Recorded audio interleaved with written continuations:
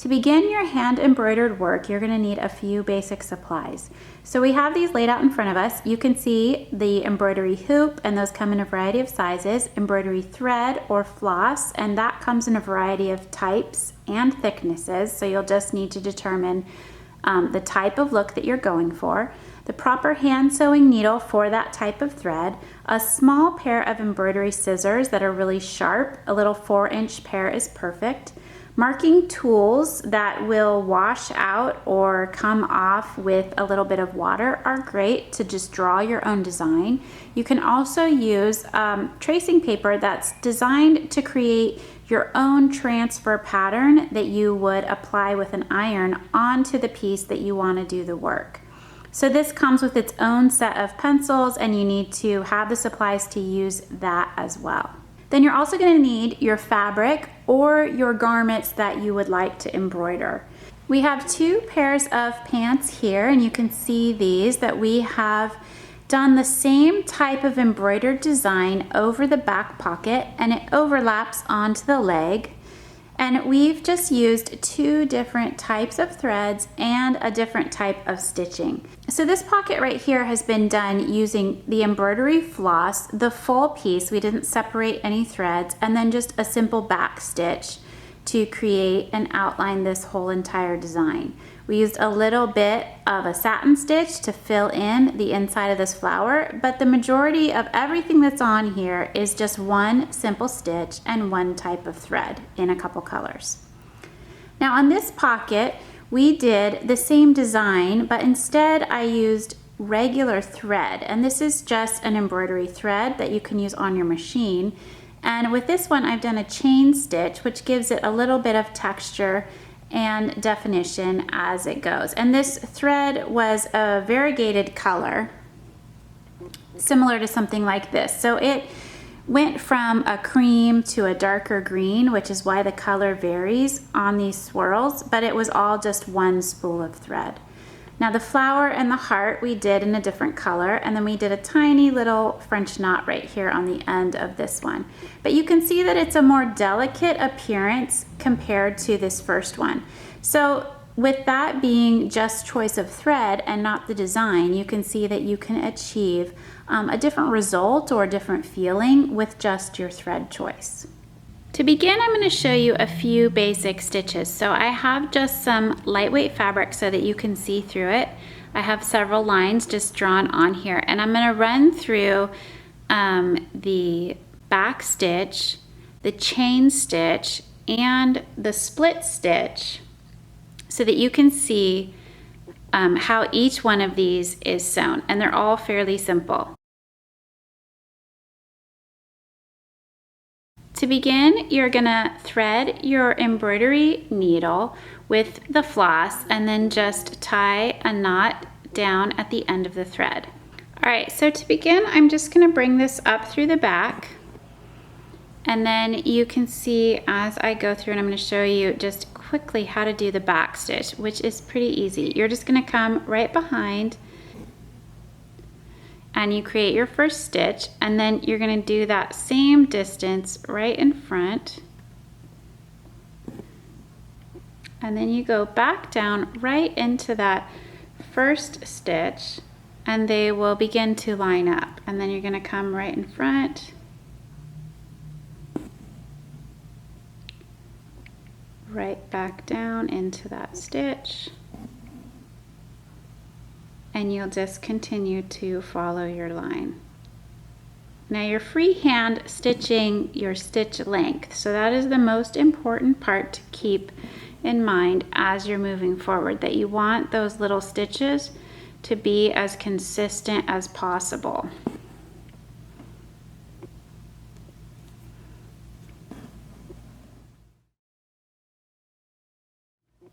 Now to create the split stitch, we're going to come up through the back and sew the first stitch. And then if you look really closely, the split stitch is called the split stitch because it splits the thread. So you come right up in through that thread, and then you do your next stitch. So they're connected to each other much more closely.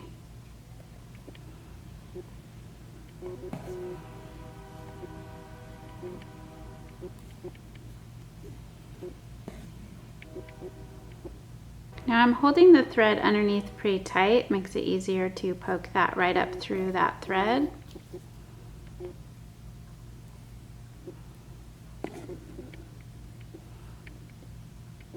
And then you can begin to see how those connect to each other a little bit more differently than the back stitch, which has a little bit of space between each stitch. Now this split stitch works really good if you're using embroidery floss because there's the thickness of the thread that you can come up through. Now if you're gonna use a thinner thread like a machine embroidery thread or a silk thread, then you can use something like a chain stitch, and it will provide a similar effect.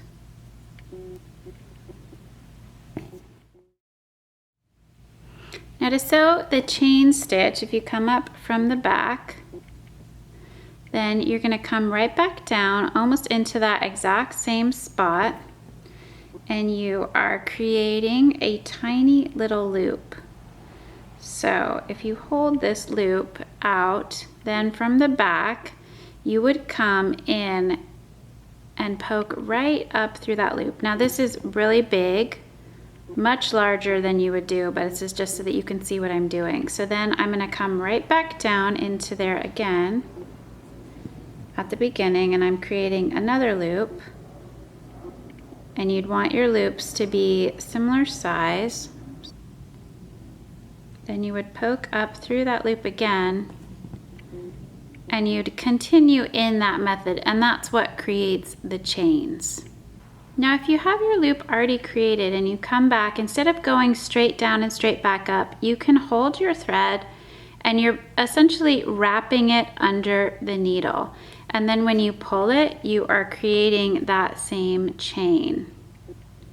So you can see I'm already beginning to get smaller, because if I was doing this on a dull garment, my chains would be very small. And then you can just continue right along that path, and you wrap your thread, and then you pull.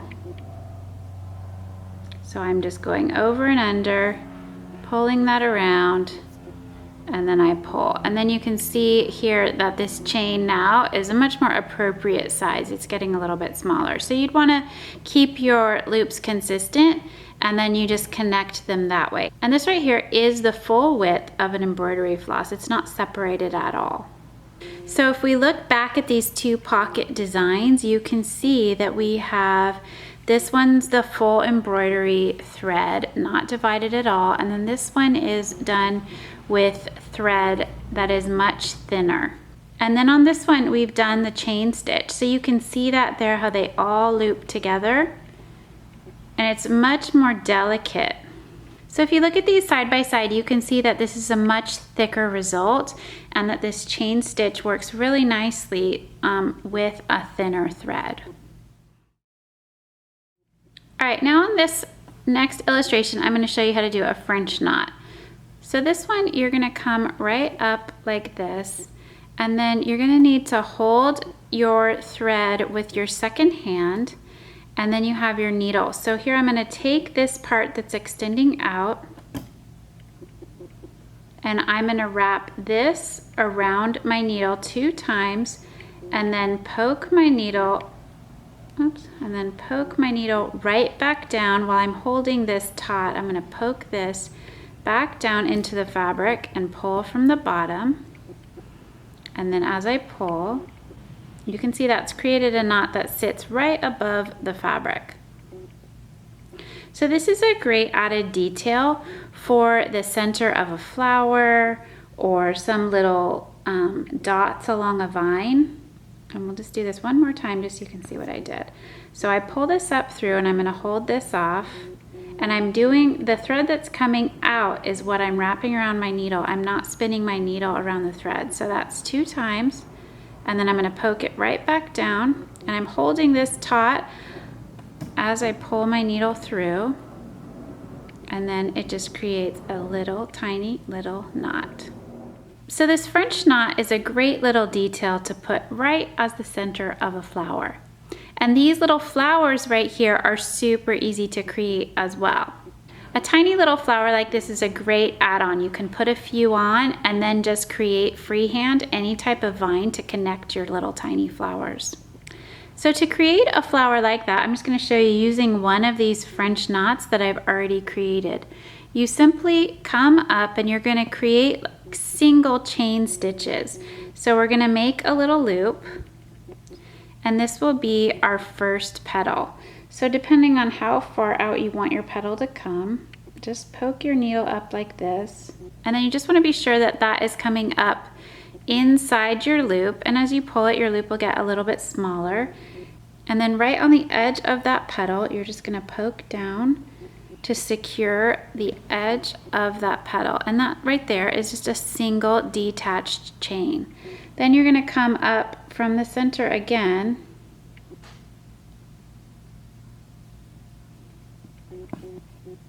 and create more loops to just continue creating petals all the way around your center. And if you create your knot first, you can use that as your center, or you can simply dot on your fabric and then fill that in at the end. So there's that second loop, and then we're just going to poke that down to secure that edge of that petal. And then I'm just going to come up. And then I'm just going to come up from the inside again.